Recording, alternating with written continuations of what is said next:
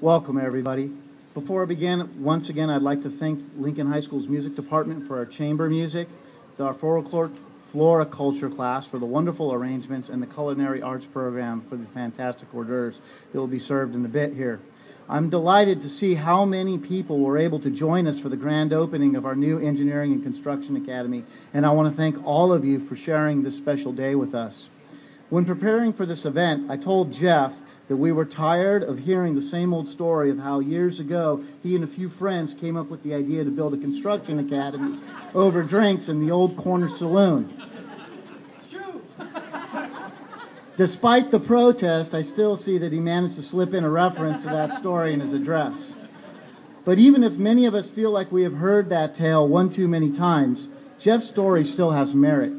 And whether it was the solitude of a bar or a cold beer, the old corner saloon allowed a group of guys to dream about reforming education in order to better meet the needs of our students. Now, the funny thing about dreams, and we've talked a lot about dreams today, is that especially good dreams, it's that they're easy for others to believe in them.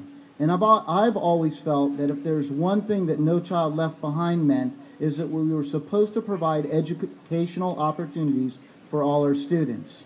And when the chance to secure funding became available and to have a genuine impact on our students, and there was a real opportunity to reform education, I jumped at the prospect of resurrecting Jeff's dream to build a construction academy.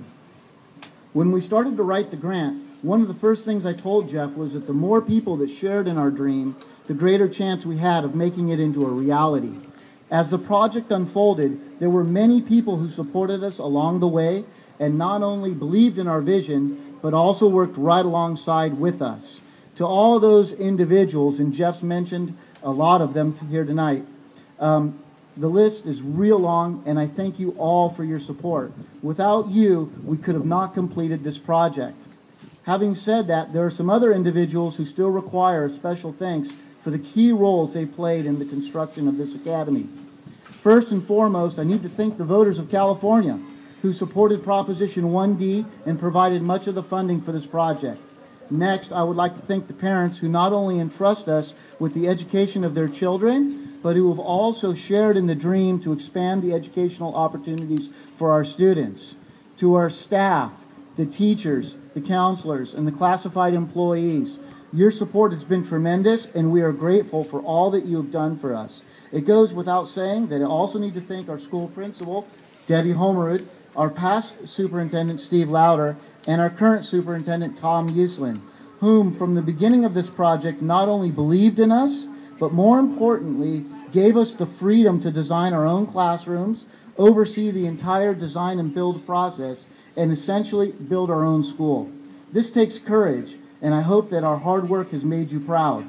Of course, none of this would have been possible without the unwavering support of our school board members, both past and present, beginning with Chuck Class, who has always supported us in the past, our school board president and longtime supporter of our academy, Dr. Everett Lowe, our vice president, Ted Bestiolarides, and our board members, Paul Canepa, Fun Hao To Cal, and Susan Lenz.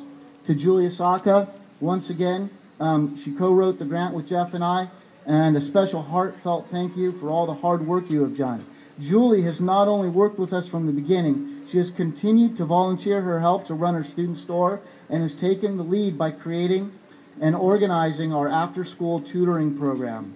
To my partner, Jeff Wright, thank you for allowing me the opportunity to help fulfill the dream that started in the old corner saloon. We still have to have that beer. And finally, I want to thank my